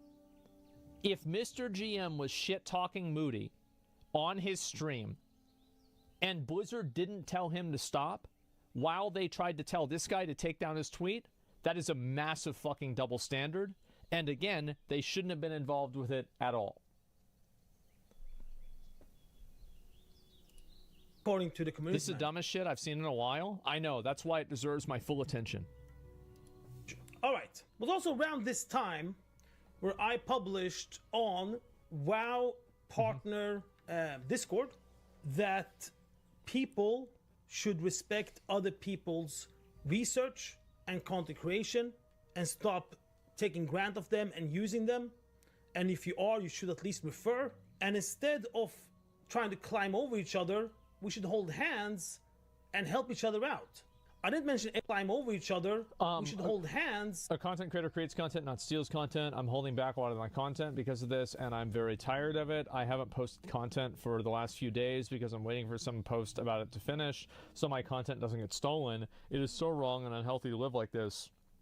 I will be more than glad to work together. Instead of this, we all have one common goal, so let's help each other out and hold hands instead of climbing and stepping. Hold up, most content creators steal content? Well, it depends on what you define by steal. For example, Nintendo views making videos about their game stealing. Military research Nintendo complete. also views modding their game stealing. Does Bethesda think that's stealing? No. They view emulation as stealing. Other companies don't. Complete. Some people view Reacts as stealing. Other people don't. I don't think it's fair to create a like a baseline and say, like, this is stealing. I don't think that it's necessarily stealing, because stealing would have to imply ownership. And how could you own something that's the IP of another company? How could you, like, I don't think that it's fundamentally stealing at all. Now, it could be ethically stealing, but on a fundamental level, it's not stealing. Also, like, you need proof for this. Like, I bet after this guy makes a guide, other people copy the guide on the Wowhead comments. other people tell Mr. GM, and Mr. GM asks somebody in his chat, oh, where is this? And somebody says, oh, it's right here. Well, they might be reading it off of his website, but Mr. GM isn't under an obligation to know that. How could he know that? And help each other out. I didn't mention any name or anything like that on that message I did on Discord. So I thought if I do this, maybe, just maybe, Mr. GM will stop. Now we are in summer this year. It kept going. It never stopped. The same freaking tape recorder, over and over. I thought, shit, man, I need to stop him doing this shit. Like, enough is enough. So I wrote on my website, you're more than welcome to use any information for your own content, but please refer. For content creators such as Mr. GM, it's wrong and ethical. And I thought, oh my God, the quotes. I love it. Look at this, bro. For content creators such as Mr. GM. Oh my God. It's wrong and ethical. And I thought if I do something like this, maybe. Here's what I used to do whenever I wanted to farm or figure out a guide. I would go to the Wowhead comments and I'd figure out what they said, and then I'd maybe look it up on YouTube and see what other people had an idea for, and then I would make that idea better. Like, a good example of this is like what I did in, because I can just go back to my own videos, right? So one of my oldest videos, or older videos, military research complete. So what's up, y'all? It's me. So anyway, basically what I did is I pulled all the mobs together, and then I AoE'd all of them down. And this is something that other people had done before. Obviously, again, you know, this character had full gear, and so I was able to do tons of damage on him. Actually, no, maybe this character sucked at this point. I know I geared them up later on. So I'm doing like massive big dick damage, killing all these mobs, and like a lot of other people had done this strategy, but they hadn't really done it as much. So this is my warlock, and I kill all the mobs, and then I'm gonna go ahead and loot everything here. Oh wow, look at all the loot. Oh my God, look at all the loot. Look at all the loot. Look at the loot. And so then what I did, this is one of the first things, is I put a teleporter down at the bottom so I could teleport through the wall and skip the entire run back. Nobody else had done that at this point, which saved over half of the time. I literally like 0.5x'd the entire farming method just by having that one ability. You know, and it's like Blizzard hates you with this one little trick, and it worked really well. And I feel like that's the way a lot of people do things, because that's the smart thing to do. Like, I don't try to reinvent the wheel. I never tried to do that. I would try to see what the current wheel is and then make a better wheel than that. You added to it, though. I did. I added to it. I made it better. He would freaking stop. So what did he do instead? He went in on the stream, didn't show this, but start talking shit about my content, about my website, that is so old school, and start laughing about it, and so on. So, bro, I'm gonna be real. The website needs work. You look at Maxroll, you look at Wowhead, these websites are way better, and I get that it's your hobby, but you would have more people that go to your website if it was better, better designed. And I'm not trying to shit on you. Like, I probably couldn't make a better website. Mr. GM probably couldn't make a better website. What's he talking shit for? But I'm talking about in the eyes of a consumer. That's just the truth. When I had this thing on the website, some other creators saw it before I removed it. And actually, one of the creators contacted me and said I should take it down because it's only going to get worse towards me. And I thought, he's the person who told him that is right. Okay, I listened, I agreed. Yeah. I took it down. And that was the reason why I took it down. And then another creator contacted me. I'm not going to say the stuff over, of course, but it says, just wondering, what have they stolen from your content? As I don't think many people know if these allegations are true. I wrote, hi, sorry, didn't see the message earlier. There are many things, and I can make a full document about it. But I just wonder if it's worth it with the time and effort. Well, I mean, obviously it's fucking worth it, because wasn't this in July? I'm assuming Juli is either July or June. Like, bro, this is like 4 months ago. Like, you should have just written this out. It's worth it for you, man. Like, here's the thing, is that this might seem like it's not important. It seems like that to me, too. Made a wise acquisition. However, it is very important to him. So yeah, you should do it.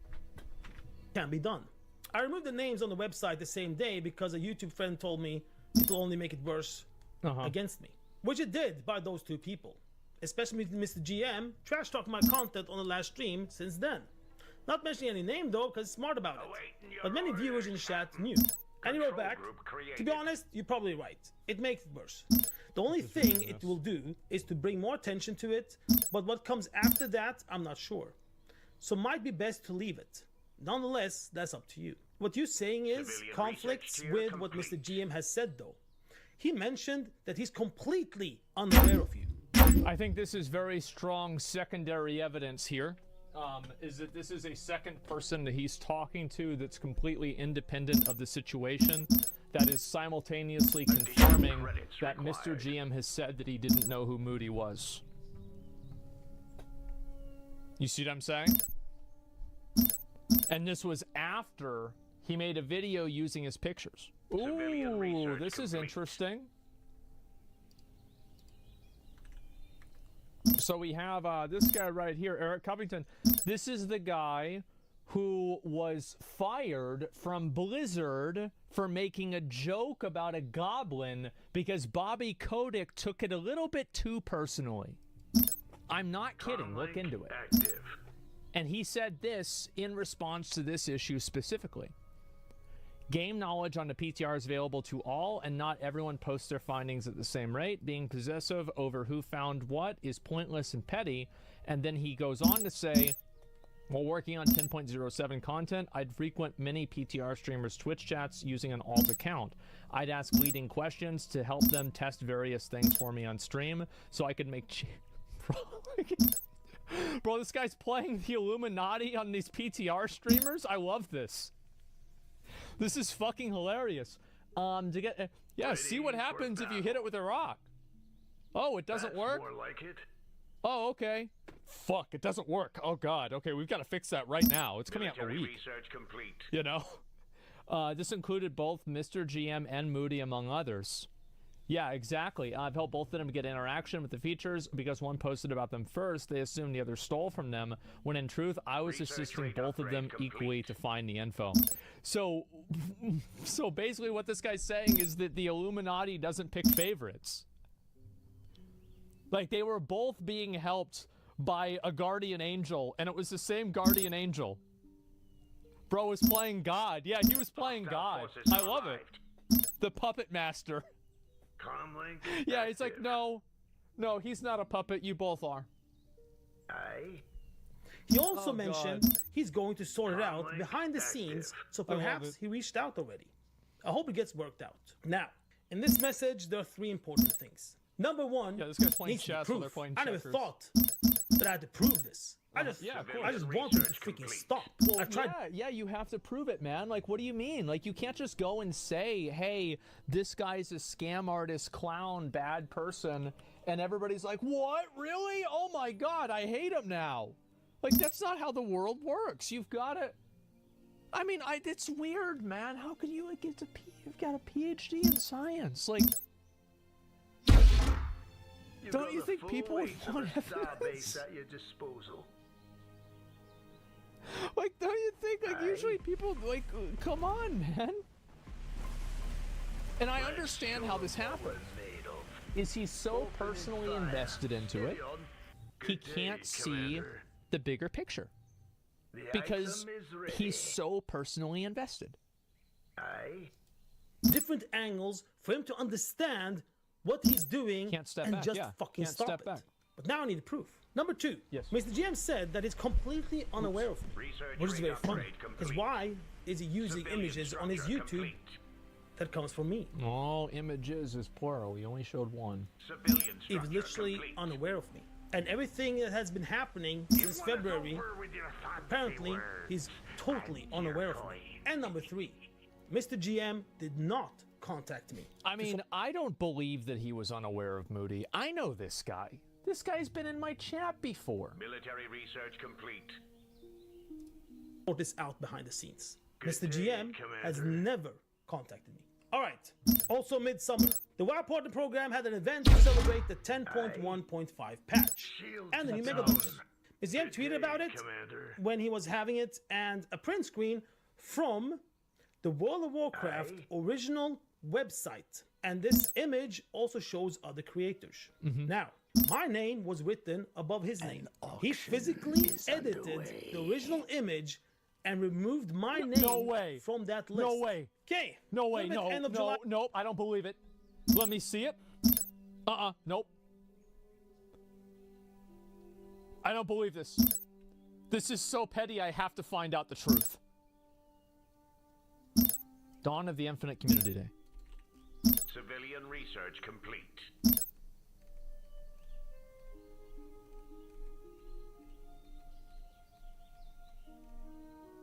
Oh my god, I think it's actually true. Here's the tweet. Comlink active. And if you look at the picture right here that's being provided, the picture is in fact the picture that's provided on the video.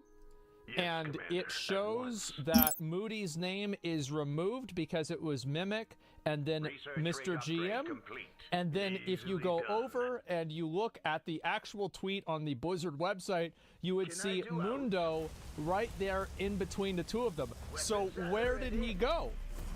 Weapons at Holy ready. fuck, he actually Good day, edited it Commander. out. That's more like it. Yes, Commander, at once. Oh my god. Your bid was insufficient. Bro, You got How the many of you full guys feel weight like of a this right now? starbase at your disposal. Plotting jump coordinates. Military research complete.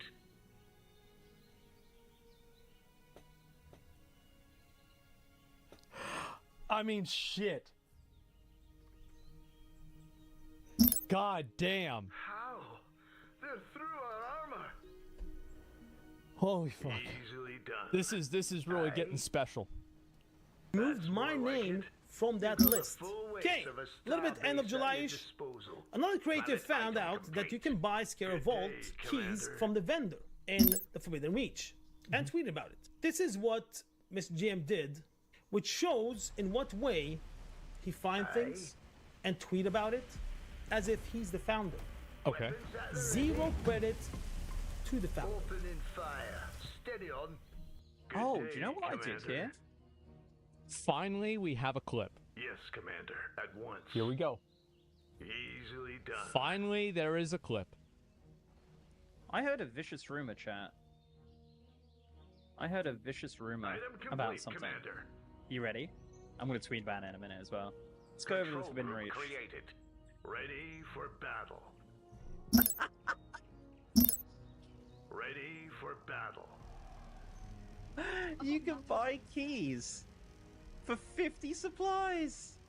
But I'm tweeting about it right now. Civilian structure You can complete. now buy Scarab Vault keys. Uh-huh. Is it 50? Dragon also supplies. That's so cheap. Yes, Here we Commander, have back-to-back tweets I made about Warcraft Rumble, and this was before they will. I'll make Wait, that short was it? work out of them. He didn't claim to find it. Yeah, he didn't claim to find it. He says, no, he didn't claim to. Yeah, he said he heard a rumor. And if he heard a rumor, if I had a Blizzard fucking employee telling me something, I would probably say it in the way of, I heard a rumor. So I don't think this is that strong of evidence. Do we believe the dev employee? Yes, I would believe the developer employee. I would believe him because he has no reason, he has no stake in this. East Warcraft Rumble into Sweden and many other countries. For some reason, I was very lucky that I could still play Warcraft Rumble through the beta. And what I did was that I tweeted about it, I streamed about it, etc. And I wrote like, "Oh shit, I can do this. This is so weird that I can do this." And you know that it's still closed and stuff like that. Yes. And then on my stream, I asked the Swedish people if they can actually go in, and they couldn't.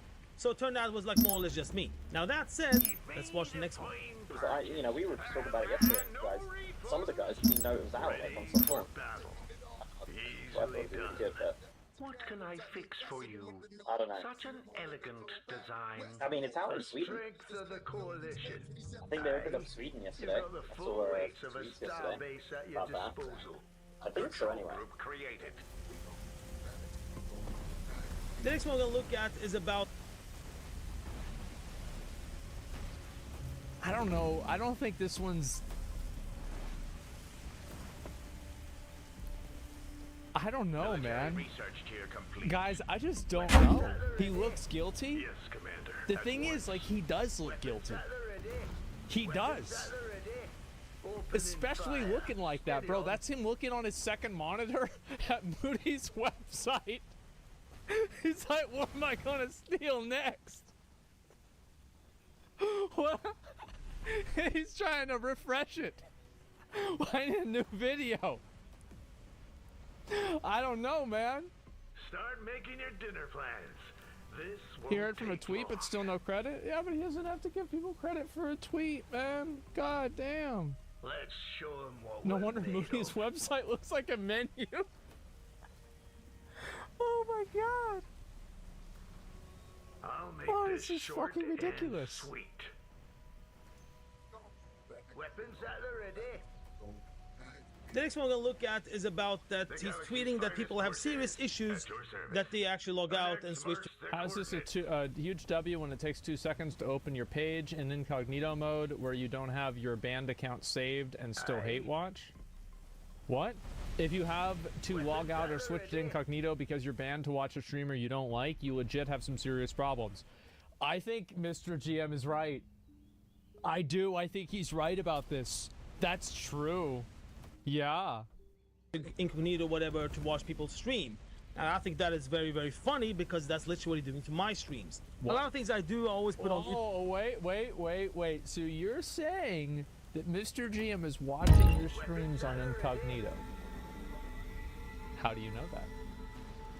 YouTube as well. So we're gonna take a look at those videos and some clips from there.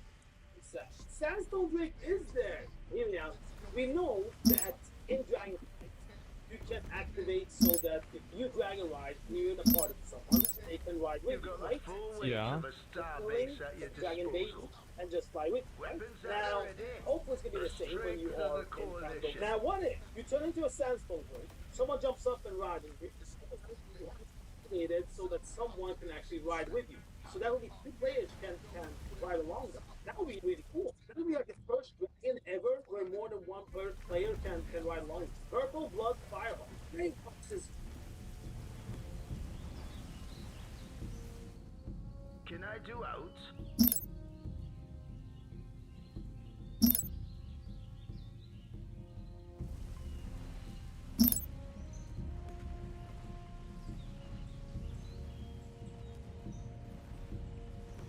You got the full weight. Forgot about the microphone. I thought we just had to hit them out of it. I guess not. Oh, the Nightwing. Oh yeah, where you transformed into it. Yeah, I got that one. Yeah, that was sick actually. The most curious one to me, right, is they're adding the Sandstone Drake as a dragon riding mount. So does that mean that you can ride on someone's back while they dragon ride? How's that gonna work? The new transform packs? Yeah. Did anyone buy it? Do out?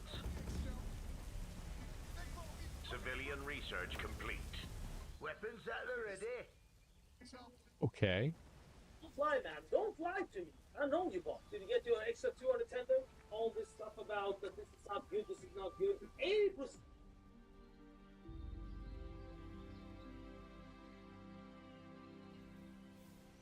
Yeah, go buy some trading tender. Did anyone in the chat buy the traders tender, by the way? We are for 200 entertaining tendies? For bidding? You got the full weight of a Any of you guys buy it? starbase Be at your honest with me. disposal. Let's show them what Don't we're lie to me. made of. That we're getting Can I reputation. do out?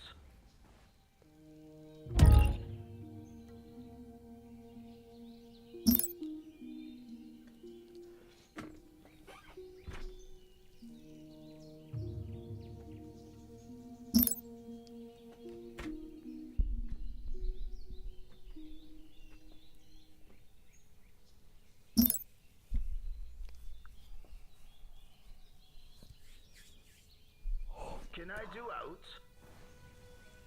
Oh, this is pristine. No fucking way, right? Like, no fucking way. Maybe Eric Covington was the jailer all along. This shall be our finest hour. Okay. For the home world. What do you guys think? Systems Do you think he stole it or not?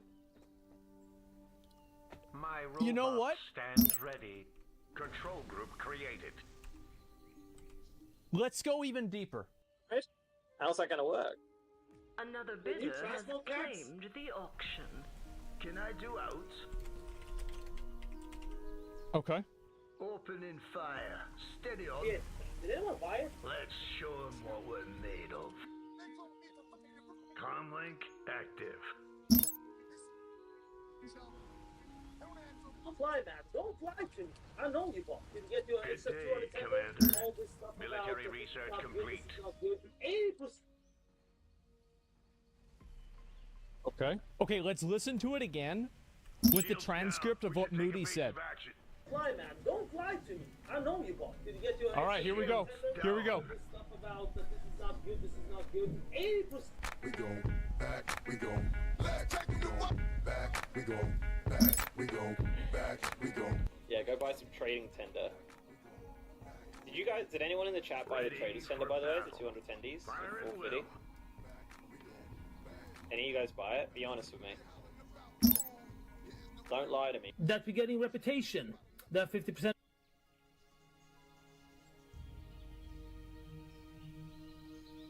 Aye. Comm channel open. Control group created.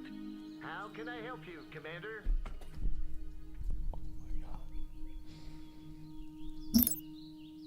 Oh my god. All right. Packed up and ready to go. This is so stupid. Good day, Commander. I know.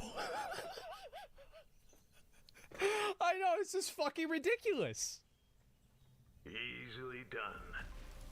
The extra buff, and I was talking about, okay, but that means that we need to check it out, how it looks with Soidormi on 10.1.5 and that reputation. And I talk about like what that could mean with the launch of 10.1.5, if it comes or it doesn't come. Like it. Let's try again. Oh yeah, the Winds of Sanctuary. Or wait. Okay, let's try again. Oh yeah, the Winds of You've Sanctuary. got the full weight of a starbase at your disposal. Look now, no one's even mentioning it on chat. They're through our armor. That probably affects the new Our rep as shields well, are doesn't down, it? Commander. Time rep rep. Civilian research complete. They gave us the reputation on Soidormi, so further up I wrote, okay, they gave it to us, that means it should come before 11th of July.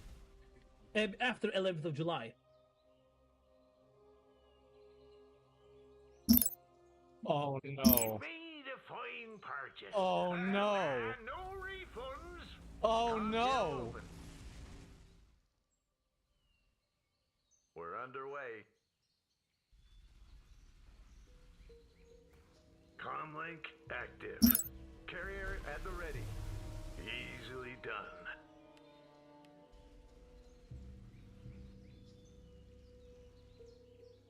My robots stand ready. Such an elegant Okay, so after all this design. time, Military research complete.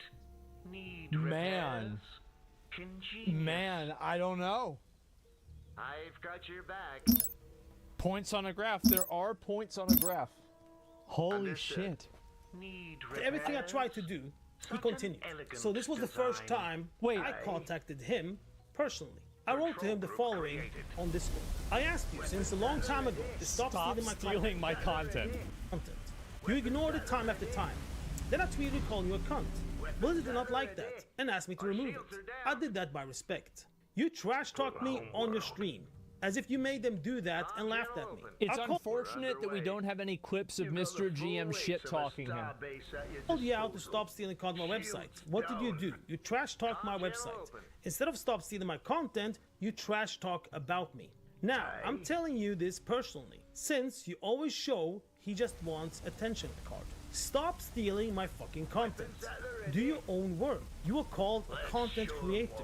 Then be one, not a content stealer. So for the last fucking time, stop it. He did not answer me back. Instead, he did this. Dealing with some fucking prick. Opening fire. Steady on. Just run me through a loop now because he's such a fucking prick. Yeah, I had to block him. Yeah, I thought I'd block them everywhere, but apparently not on Discord, so I had to do that too. So he's Voldemorting Moody. That which will not be named. He won't even say his name. To be fair, though, most of these talking points would be spoken about by any WoW content creator, and that's the best part, is that we don't know. That's the best, because, like, I think the best part of this is that we actually don't know. Like, there are some things that are very suspicious. You got the full weight of a But it's just, at your disposal. oh, there's enough gray area to make it. This is more interesting, in my opinion, than the Shadowlands storyline. I really don't want to. There's more gray area here than in Sylvanas' storyline. This is amazing. Leave me alone. Oh, there's some dickheads out there, man.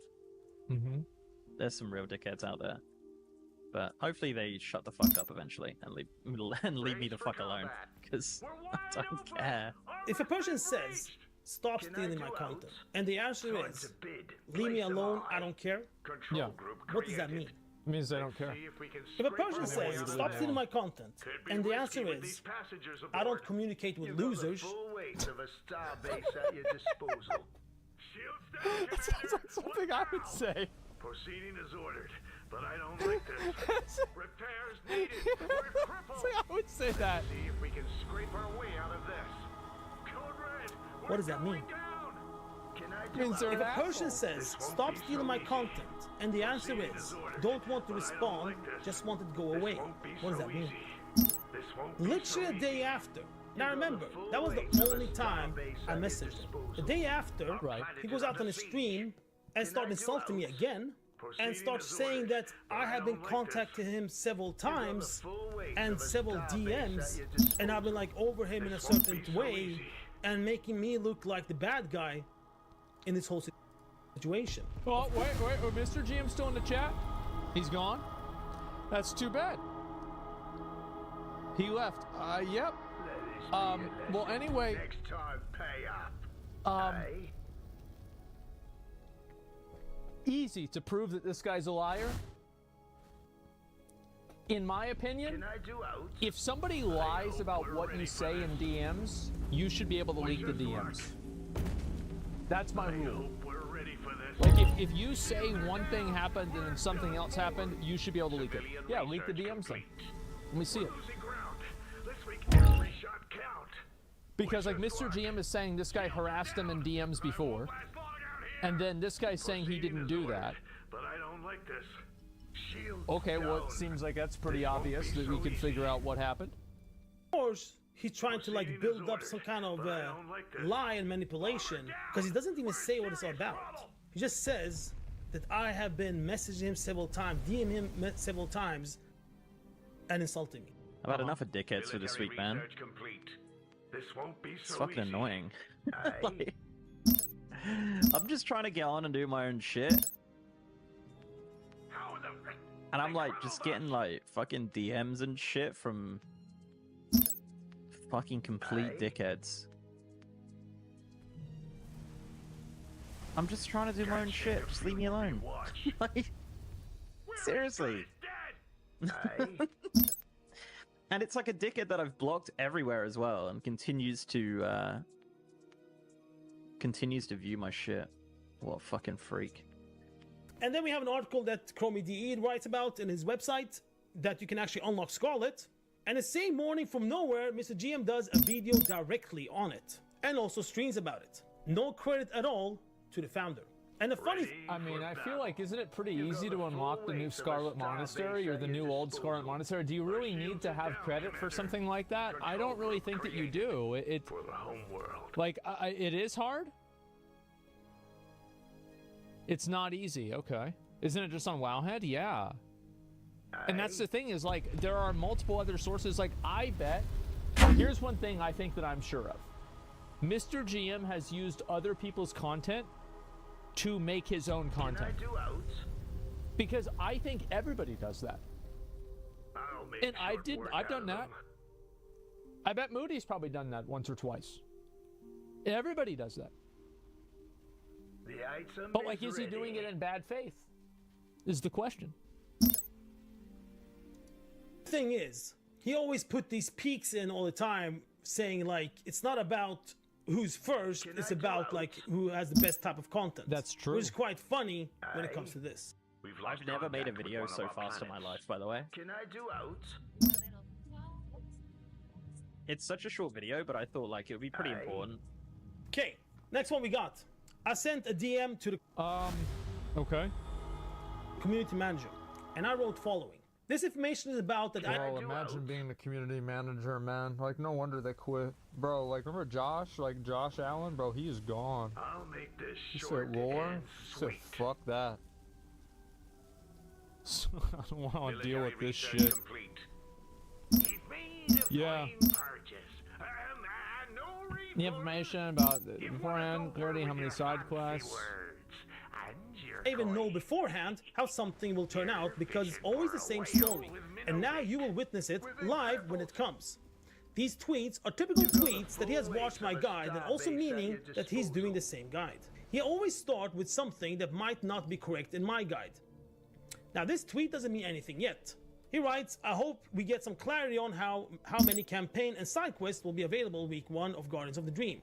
I don't think what we currently are on PTR will all be there on the first week. And then next stream, the Super Bloom World Event 10.2 no longer gives reputation on completion. You'll get 1,000 Dream Wardens rep from completing. What's so crazy about this is like he comes off as such a massive schizo, right? Like he comes off as like just the biggest like insane fucking schizo, like crazy person, main character syndrome. But then he shows the video and it's like the same fucking thing. So it's like, is it one of the situations where like he's not crazy, everybody else is crazy? Like that's the best part about it. Is it's like he shows it and it's so close. It's just like identical almost. And then it's like, you see the video, you see the picture, and it's like it happens. It's like, bro, Mr. GM is driving this dude fucking crazy. And it's his delivery. Yes, it's just the way he's doing it. Bro, it is the encapsulation of this. But holy fuck. It's just, oh my god. He's gaslighting sword. Yes, and it's just, what the fuck is this? Oh my god.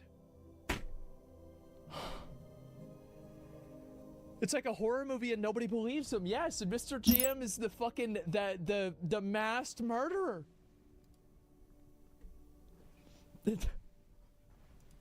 Weekly Super Bloom quest though. And to continue on what I wrote, any day now a guide will come out from him that has to do with reputation with Dream Wardens.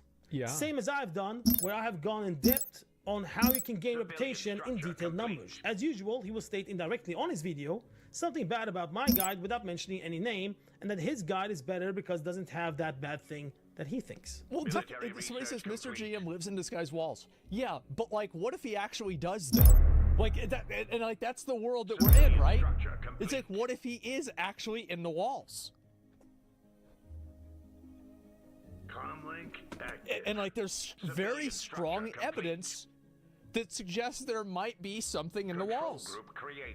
Oh my god. Time-wise, it took 3 to 4 hours per day for approximately 18 days to figure out my reputation guide that I always did on stream. He plays ATT on live, retake, all day on his streams, and jump on PTR some hours a week. As mentioned, this information is a heads up what's coming. And then I showed the video of the guide that I made on how you can gain reputation in all different ways and how fast you can actually get them on the first week later on. Well, there it is. All the research I've been doing 3-4 hours a day for 18 days in order to make the video guide. He made some enemy colony. Civilian structure complete. Oh shit. A new colony has been founded. Oh shit. Active. This is all about the reputation of the Dream Wardens. And wait a second. Just a minute.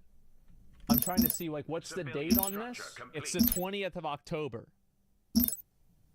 Okay. It's coming. And then I showed the video of the guide that I made on how you can gain reputation in all different ways. And this is his guide right here. Dream Warden's Renown 21st week full guide. You can actually get them on the first week later on. Well. Okay. Another structure is in the way. Which video came out first? Commander. October 15th? Complete. Mr. GM, October 20th.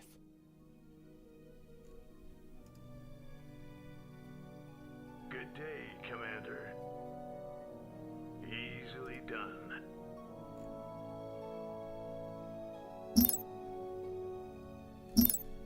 You were outbid, you scurvy dog. One of our enemies has finished a Titan.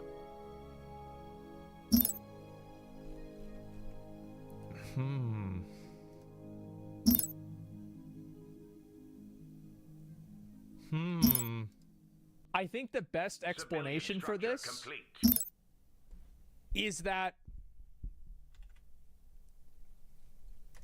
this is kind of the way it's like. Is that there's a lot of dots, and Moody is like this. Good day, but they don't Commander. really connect. That's more like it. But there are a lot of dots. He's still got more. So he thinks that Mr. GM stole this video. Now, let me ask you guys a question. A pretty simple question. Do you think Mr. GM watched Moody's video before he made his own video? Logistics upgrade complete. Civilian structure complete. I don't know. There it is.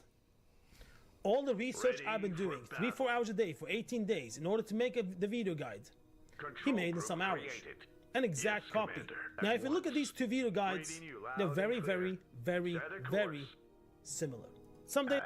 Oh, God. Later, Mr. GM posts reputation, farming locations, and waypoints. Now, if you look at my guide that I did 14th of October, so more than a week before, it was exactly that way. Reputation, farming have arrived. Civilian structure complete. locations, Active. and the waypoints. Each single one of them.